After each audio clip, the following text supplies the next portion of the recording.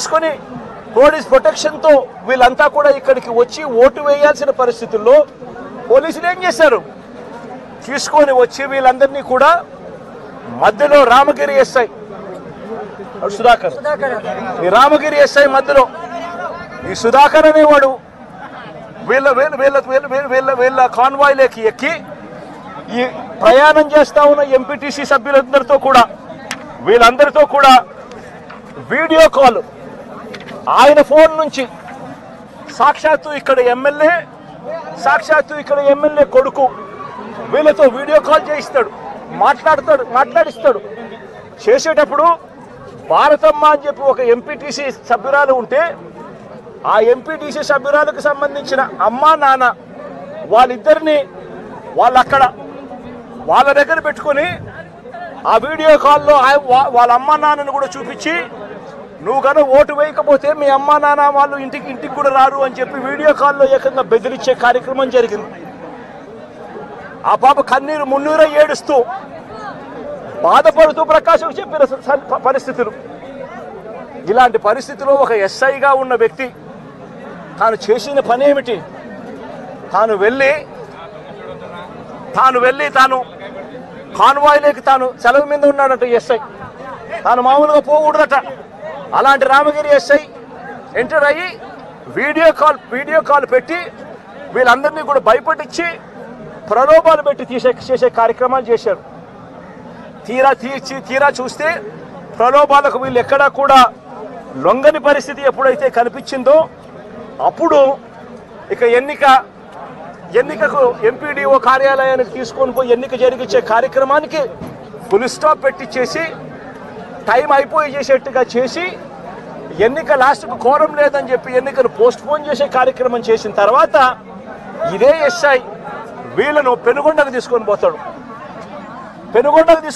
పక్క కాన్స్టిట్యున్సీలో ఉన్న పెనుగొండకు. అక్కడ ఎంఆర్ఓ కార్యాలయంలో తీసుకొని పోయి ఎంపీటీసీను బైండ్ ఓవర్ చేస్తూ అక్కడ తెలుగుదేశం పార్టీకి సంబంధించిన నాయకులందరినీ కూడా అక్కడికి రమ్మని చెప్పి చెబుతాడు.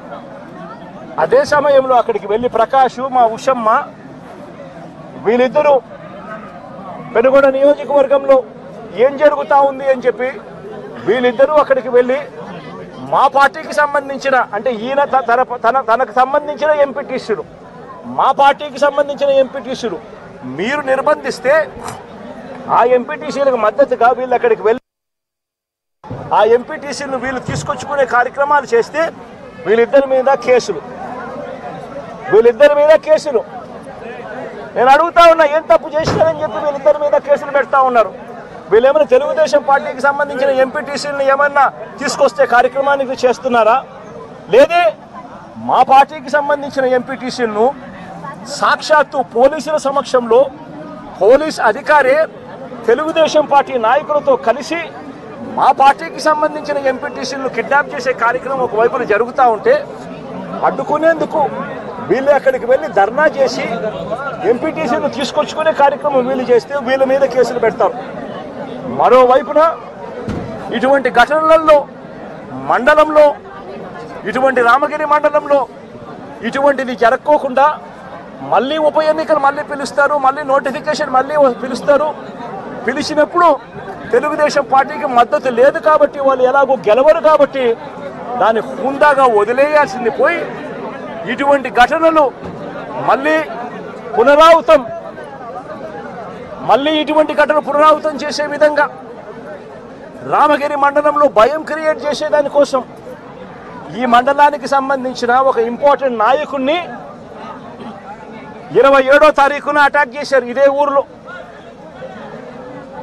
28వ తారీఖున మళ్ళీ అదే ఇంటిని అటాక్ చేశారు. జయచంద్రారెడ్డిని అటాక్ చేస్తే ఇదే జయచంద్రారెడ్డి, ఇదే కురువ లింగమయ్యన్న వీళ్ళందరూ కూడా దాన్ని అడ్డుకొని పోలీసులకు వెళ్ళి కంప్లైంట్ చేశారు. ఎందుకు మమ్మల్ని అటాక్ చేస్తూ ఉన్నారు, మండలంలో భయాందోళన క్రియేట్ చేసేందుకోసం అని చెప్పి మళ్ళీ ఈ ఎన్నిక జరిగితే ఈ ఎన్నికల్లో మళ్ళీ వైఎస్ఆర్సీపీ ఎంపీటీసీలను భయపెట్టాలనే ఉద్దేశంతో, భయానికి గురి చేయాలనే ఉద్దేశంతో అటాక్ చేసే కార్యక్రమం జరుగుతూ ఉంది. దీన్ని అరికట్టండి అని చెప్పి పోలీసులకు వెళ్తే పోలీసులకు ఘటనకు సంబంధించిన కంప్లైంట్ ఇచ్చినా కూడా పోలీసులు కనీసం పట్టించుకున్న పాపాన పోలేదు.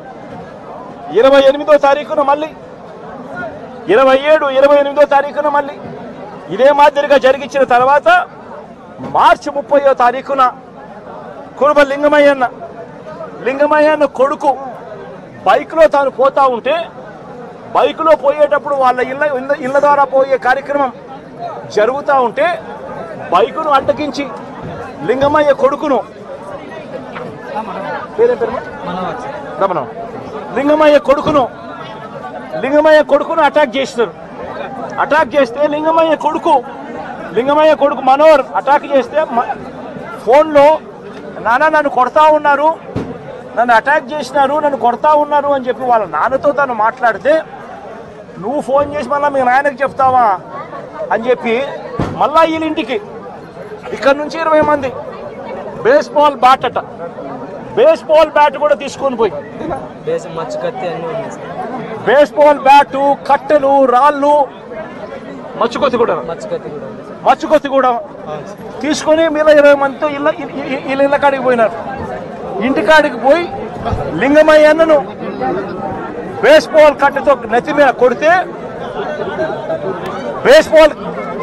బేస్బాల్ కట్ట విరిగి ఏకంగా ఆ మనిషి చనిపోవడం జరిగింది.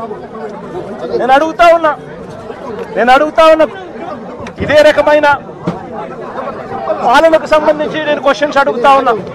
చంద్రబాబు నాయుడు గారిని అడుగుతా ఉన్నా, పోలీసులను అడుగుతా ఉన్నా, అయ్యా మీరు చేసేది న్యాయంగా ఉందా, మీరు చేసేది ధర్మంగా ఉందా అని చెప్పి నేను అడుగుతా ఉన్నా. మీరు చేస్తా ఉన్న ఈ రాంగ్ ప్రెసిడెంట్ వల్ల రాష్ట్రం ఈరోజు బీహార్ కన్నా నాశనమైన పరిస్థితుల్లో ఈరోజు తయారవుతా ఉంది రాష్ట్రం. ప్రతి చర్య మనం చేసేది డెమోక్రసీలో సిగ్గుతో తలంచుకునే కార్యక్రమానికి మీరంతా కూడా సిగ్గు లేకుండా చేస్తూ ఉన్నారు. ఇదే లింగమైన అడుగుతా ఉన్నా, వీళ్ళల్లో కొట్టిన పోలీసులు కేసులు పెట్టా ఉన్నారు. వీళ్ళ దగ్గరికి వచ్చి 20 మంది అటాక్ చేస్తే కేసులు పెట్టింది ఎంతమంది మీద? కేవలం 2 మీద మాత్రమే కేసులు పెట్టారు. ఇదే దాంట్లో క్రియాశీలకంగా వ్యవహరించిన రమేష్ నాయుడు మీద ఎందుకు కేసు పెట్టలేదు, మిగిలిన వాళ్ళందరినీ కేసులోకి ఎందుకు తీసుకొని రావడం లేదు అని చెప్పి ఇదే పోలీసులను ఇదే చంద్రబాబు నాయుడు గారిని అడుగుతా ఉన్నా. ఇదే గ్రామంలో ఇదే తెలుగుదేశం పార్టీకి సంబంధించిన ఎమ్మెల్యే బంధువులు వీళ్ళంతా బంధువులని తెలిసినా కూడా రెచ్చగొట్టే